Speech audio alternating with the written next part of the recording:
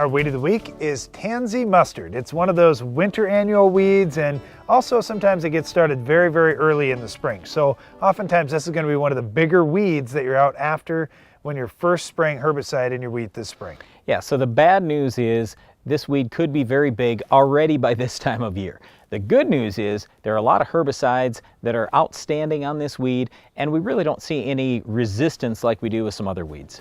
Well, let's start with wheat because this is one of the crops where we really fight this weed.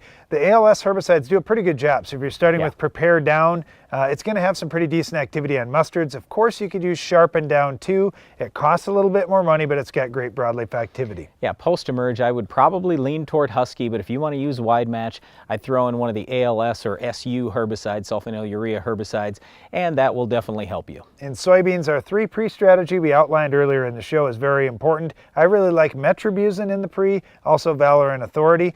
Then post-emerge, if you're using dicamba soybeans, you've got XtendiMax or Ingenia that work very well. Roundup is okay, and so is Liberty. Almost anything in corn is going to get this weed stopped, but you know, one other thing that we'd like to talk about quite often is how about tillage? For a weed that's going to come up real early in the year, you could go out and do tillage if you want to. I'm not saying that's the only method, but that's certainly a method that you could use on your farm that costs almost nothing. That's all the time we have for our weed of the week, tansy mustard, but Iron Talk is coming up next.